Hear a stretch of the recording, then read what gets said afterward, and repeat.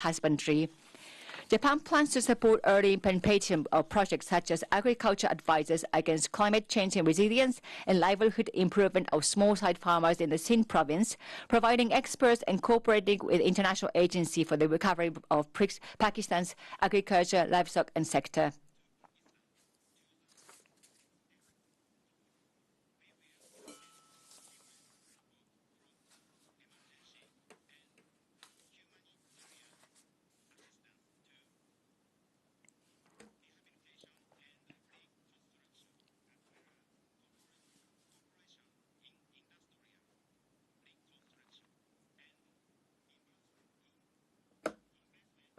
Environment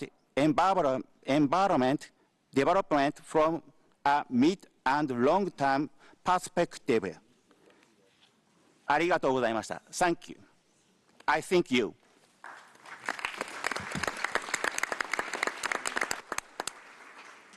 Thank you so much, Your Excellency. Before I invite the next speaker, I just want to note that we have more than 30 more speakers, and we would like to accommodate all speakers, but in order to do so, I would request that speakers be kind enough to deliver as concise remarks as possible. I would now like to invite Her Excellency, the Deputy Administrator of USAID. Thank you. Thank you so much to the UN for convening us here today, and thank you, Foreign Minister Zardari, and to all of our partners who have joined here today in support of the Pakistani people. This morning's sessions have provided a stark reminder of the lasting impacts of the 2022 floods. When the flooding began, the United States government jumped into action to support the Pakistani people. In early September, we deployed a disaster response team to quickly provide humanitarian assistance, partnering with the U.S. military to establish an air bridge that delivered nearly 630 metric tons of critical relief supplies to the hardest hit areas. We provided support to flood-affected Afghan refugees and Pakistani host community members, and the American people generously donated tens of millions of dollars for the relief effort. During relief operations, several senior U.S. officials and members of Congress traveled to flood-affected areas. Administrator Samantha Power and members of our team oversaw the U.S. response from Sindh province, where they witnessed the flood's impact on Pakistani communities firsthand.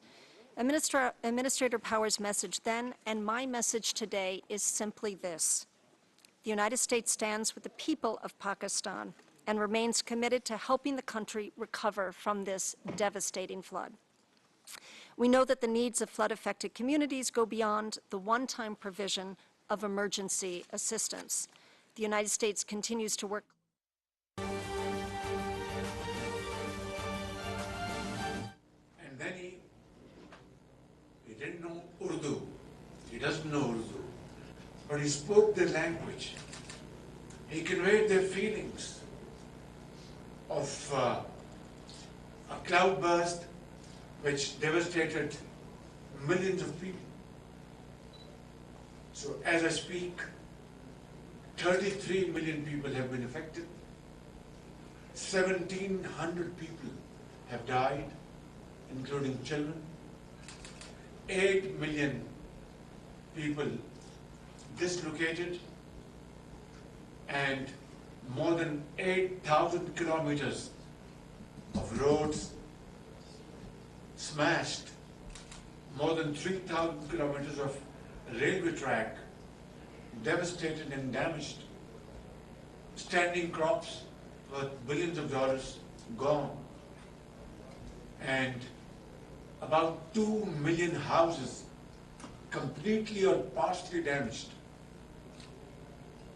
I have not seen in my entire lifetime this kind of devastation, which has not only crippled our economy, but has posed a challenge which Pakistan alone cannot negotiate with.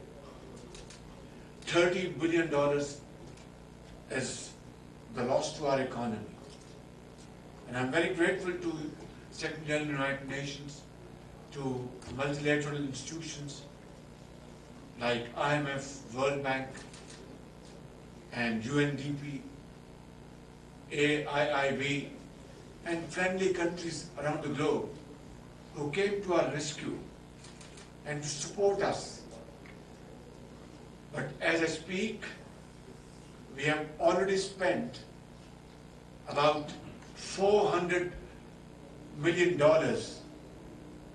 to provide basic support to 2.7 million households. And this includes repurposed amounts as well, given by World Bank and other institutions. And about $575 million all told have been spent. Cash in kind have been contributed by friends and brothers around the globe. But now we have to go for rehabilitation, reconstruction of our infrastructure to put people back on their feet. It's a huge challenge that we have to put back people on the feet to the tune of 33 million. That is, I think, unprecedented in the contemporary history. Therefore, today this conference on resilient Pakistan is being undertaken, and I'm glad to announce and share with you, as you must have all known by now, that various representatives from various parts of the world, French President, President Macron, and Turkish President Erdogan, and other international dignitaries have either spoken through Zoom or through video messages, supporting and inspiring all of us to undertake this gigantic task. I would like to conclude by saying that Pakistan today, in consultation with its friends and institutions, presented comprehensive framework plan for resilient recovery, rehabilitation, and reconstruction, and includes a robust financing mechanism.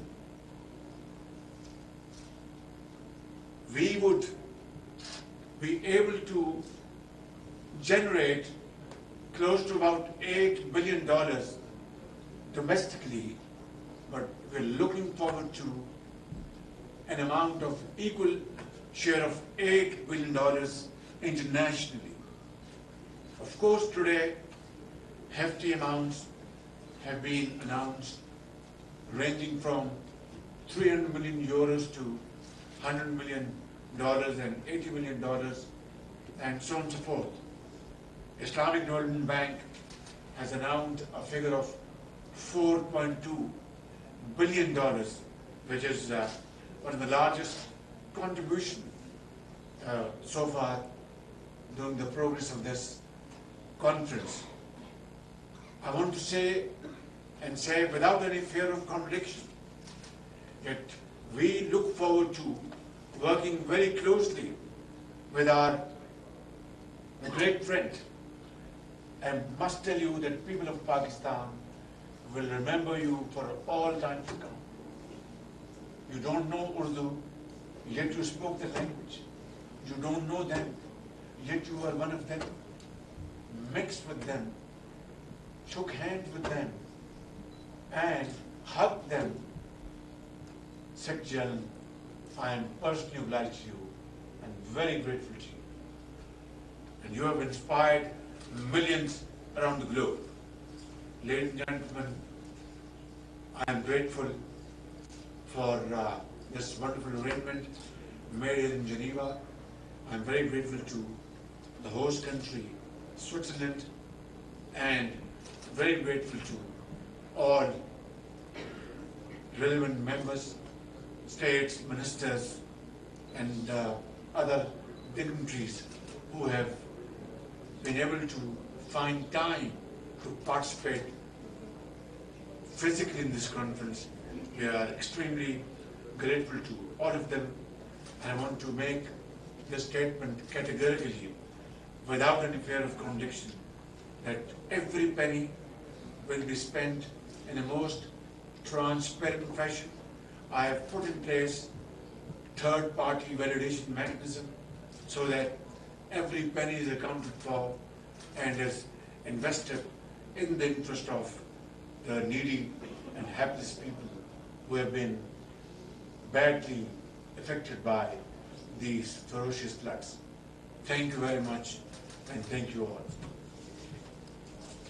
Ladies and gentlemen of the media, I'm indeed very pleased to be joined by Prime Minister Sharif. And dear Prime Minister, I want to thank you very much for your kind words. But you have nothing to thank. I did my strict duty. For many years, since I was High Commissioner for Refugees, I visited Pakistan in different occasions, and I always witnessed an enormous generosity of the Pakistani people. You have received millions of Afghan refugees. You have hosted them, you have protected them, you have shared your resources with them in a way that is unparalleled in the world. At the same time, I could witness in difficult moments of your country, with the earthquake, with the floods, previous floods, with the impact of terrorist activities. I've always seen, in relation to Pakistanis displaced inside their own country, an enormous generosity of the Pakistani people. And so it is the duty of the international community to correspond to that generosity, expressing the full solidarity with Pakistan in this moment of truth. It is not solidarity, it is justice. And I think that justice will start to be made today here in this conference. Now, this is a conference with lots of numbers and figures and statistics, but when I look at the challenge, what I see are faces, human faces. I hear stories like the ones I heard when I visited Pakistan in September. Stories of lost lives, lost jobs, lost crops, lost homes, lost communities. And stories of sacrifice, generosity, and solidarity. Now, this conference is focused on resilience. And I've seen resilience time and time again from the women and men of Pakistan. From enduring the scourge of natural disasters and terrorism, to Pakistan's long and proud history of welcoming, protecting, and supporting millions of Afghan refugees currently living in Pakistan. But that spirit of generosity and resilience needs to be matched with support for resilience from the global community. And it needs to happen in three fundamental ways. First, with massive investment, supporting Pakistan to rebuild homes, buildings, and infrastructure, to jumpstart jobs and agriculture, and ensure access to technology and knowledge to help withstand future disasters. And I hope this conference will be the beginning of this massive investment. Second, with revolutionary action on finance. In addition to natural disasters, Pakistan is also a victim of the man-made disaster of a morally bankrupt global financial system. A system that denies middle-income countries debt relief and concessional financing to invest in resilience and recovery. And that must change. I renew my call to global leaders and multilateral development banks to join forces and develop creative ways for developing countries to access debt relief and concessional financing when they need it most. And third, resilience requires meaningful climate action now. If there is any doubt about loss and damage, go to Pakistan. You'll see loss and you'll see damage, and you'll see our common future. The decision taken at COP27 in Sharm el-Sheikh on loss and damage must be implemented. And developed countries must also deliver on their commitment to double adaptation finance, and provide $100 billion annually in support to the developing world. But, ladies and gentlemen of the press, we are on the road to climate ruin.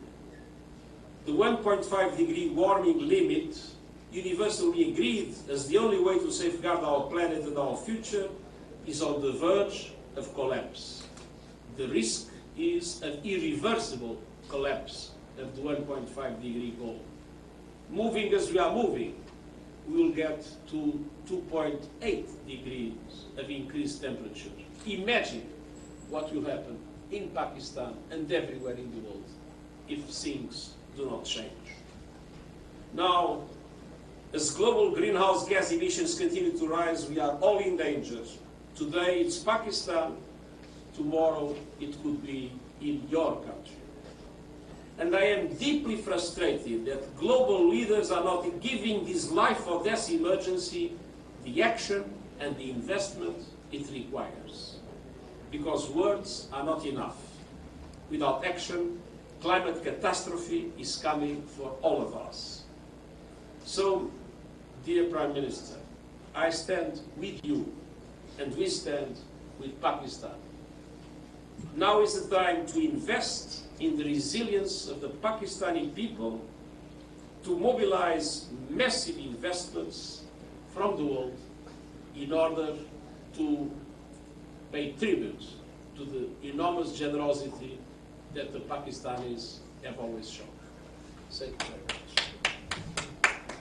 We will have time to take a few questions. I would like to give the first question to the President of the UN Correspondents Association. Please identify yourself as well with the media you represent. Good morning, Mr. Secretary General. Good morning, Mr. Prime Minister. On behalf of Academics Association of Journalists accredited at Geneva, I would like to welcome you and wishing you a Happy New Year.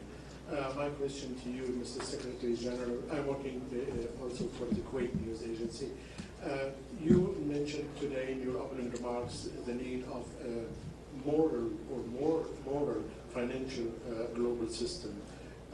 How can the UN help to create such a more global, ethical global financial system? Thank you.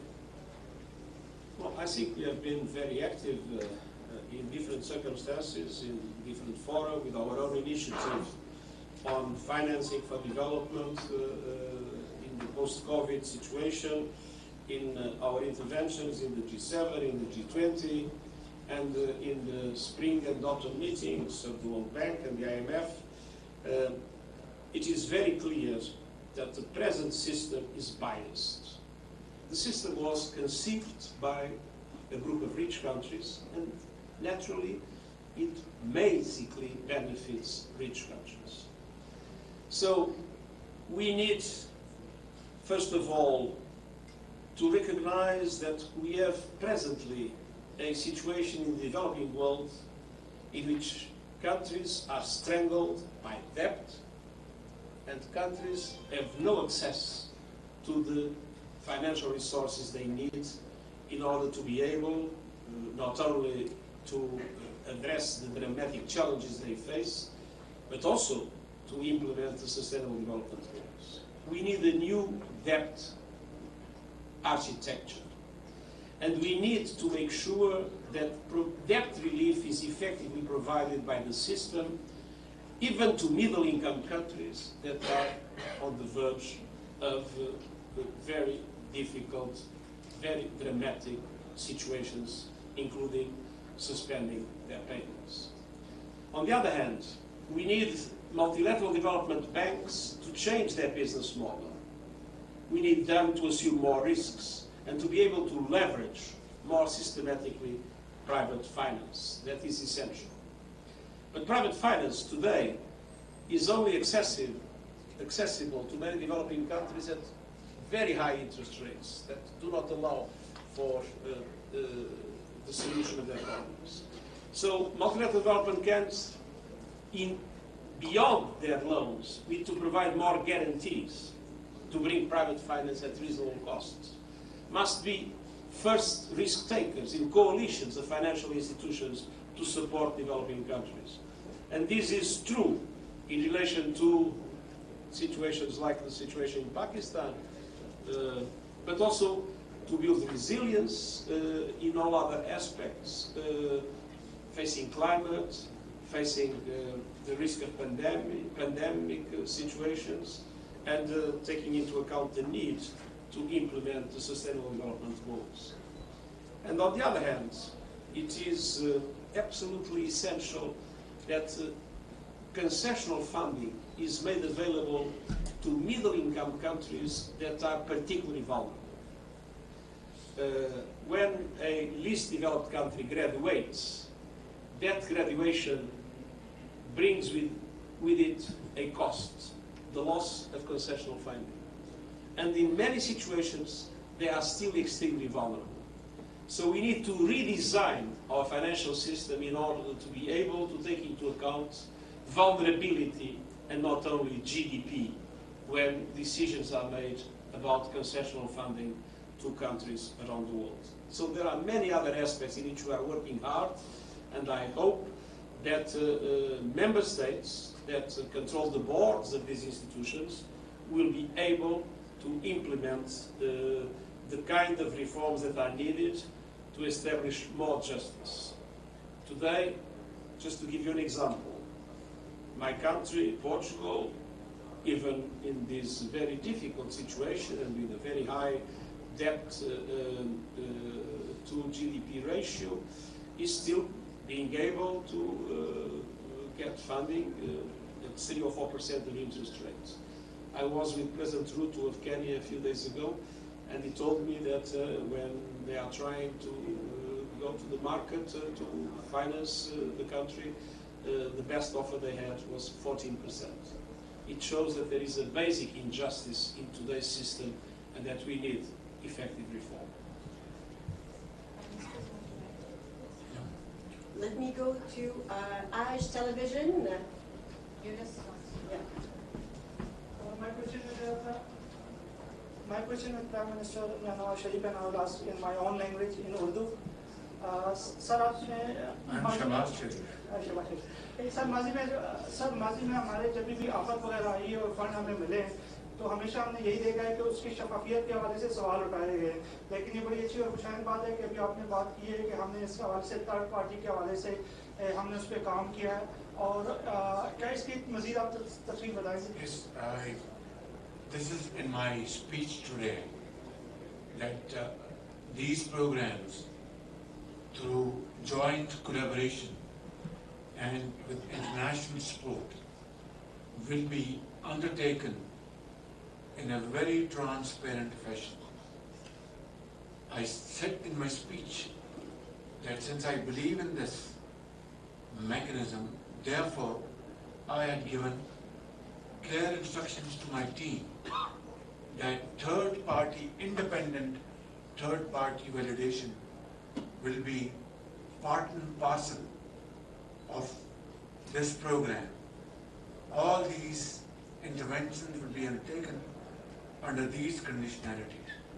तो ये जो आपने बात की है बिल्कुल सही कहा कि शफाफियत ये हमारी पहली तरजीह है, और उसका तकाजा ये है कि इंटरनेशनल जो कम्युनिटी जो फंड्स मुहैया करेगी, आज जिनके ऐलानात हो रहे हैं, वो खुद हमसे ये तवक्को करेंगे कि हम एक एक पाई का हिसाब दें, और उसका वाहिद तरीका ये है कि सारे का सारा निज़ाम बहुत शफाफ हो और third party mechanism, third party validation जो है जिसमें हुकूमत और पैसे देने वाले किसी का कोई इख्तियार या असर ना हो, थर्ड पार्टी खुद हकायक की बुनियाद पर उसका फैसला करे.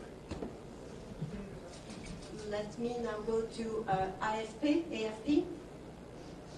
I think the microphone is making its way to you.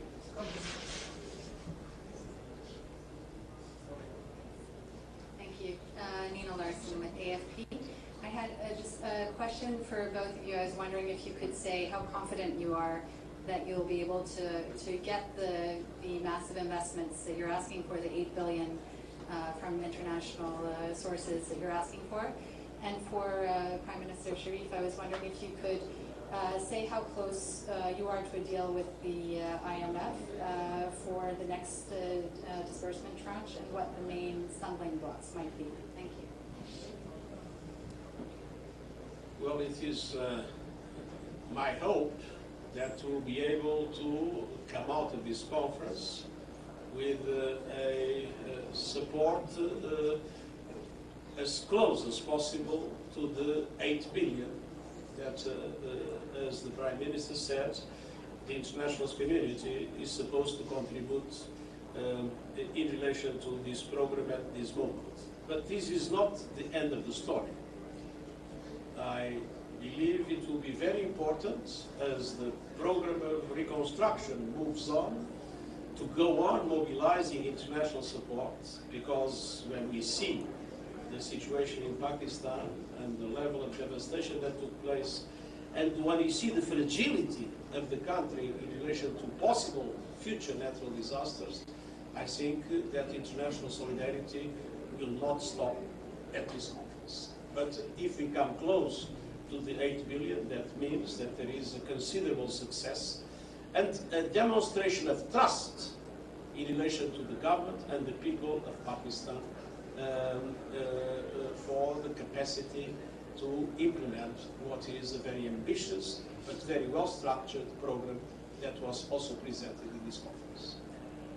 Yes, thank you very much. I would like to just answer your question that even before these floods hit Pakistan, we were already facing humongous challenges because of serious tension in Eastern Europe, and as a result, food inflation, the prices of oil and gas were skyrocketing, and Pakistan was facing this imported inflation in a very, very difficult situation. And how could you expect that after the floods hit Pakistan and almost destroyed everything, that we would pass on this imported inflation on the common man, and he or she will accept it without even a squeak? That is unnatural. And that is also not in line with the norms of justice and fair play, that the rich can enjoy both the worlds, whether the prices of oil touch $200 a barrel or $30 a barrel, and a poor man who is able to meet his two ends with great difficulty, you will expect that he will absorb this price hike without any protest and agitation. That is not human, strategy. That is not normal. It is absolutely abnormal. Yet, we had to again connect with IMF and resurrect that agreement which was violated by the previous government, and accept even harsher conditionalities. So that is our challenge. And today, while we are complying with IMF conditionalities as best as possible, but how on earth can you expect from me that I am working out of Prime Minister's house and a poor man in the far-flung areas of Pakistan, in the sand dunes, in rocky mountains of Balochistan, or snow-covered peaks of KP, or plains of the province of Sindh, which have been, even today as you go over there, you will find standing water. which has destroyed their livelihood, that we should pass on this additional burden on them. It is nightmarish, to say the least. Yet, we are committed to IMF's program. We will do everything to comply with their terms and conditions, although I am constantly trying to persuade them that please give us a pause. I'm very grateful to Secretary General. He is also in touch with them. I spoke to the Managing Director the other day and tried to first assure her that we will comply with the terms and conditions. And B, I said, you are a wonderful person, wonderful human being. You have a heart of a gem, and you know the plight of poor people in developing countries. So kindly be considerate and compassionate and give us some breathing space. Well, this is an ongoing dialogue. I'm sure one day soon we will be able to convince them through logic and through facts. That said, regardless, we will comply with IMF program. Mr. Prime Minister, did you want to say something else, Secretary General? Well, I'd like to say that economic stability is very important. But let's not forget that the day we will all be there, there will be perfect economic stability. Thank you so much, everybody. This is all the time that we have. Thank you very much. Thank you. Thank you. Thank you, Mr. Prime Minister, Secretary General.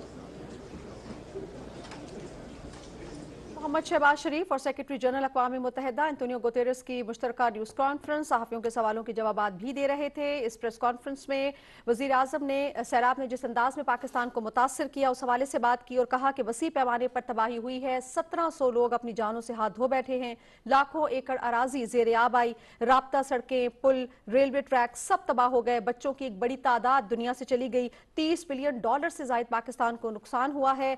गो के ban अल-अक़वामी तंजीमें, इदारे और दोस्त ममालिक हमारी मदद कर रहे हैं, मगर तबाही इससे बहुत ज्यादा है और हमें बहुत ज्यादा मदद की जरूरत है। लोगों की दोबारा आबादकारी, बहाली और तामीर नौ पाकिस्तान के लिए एक बहुत बड़ा चैलेंज है। यही वजह है कि ये कॉन्फ्रेंस मुनक्किद की गई है। उन्होंने कहा कि ये बताते हुए बेहद खुशी हो रही है कि दुनिया ने हमारी आवाज सुनी है और इमदाद के ऐलानात किए हैं। पीटीवी न्यूज से फिल वक्त इतना ही।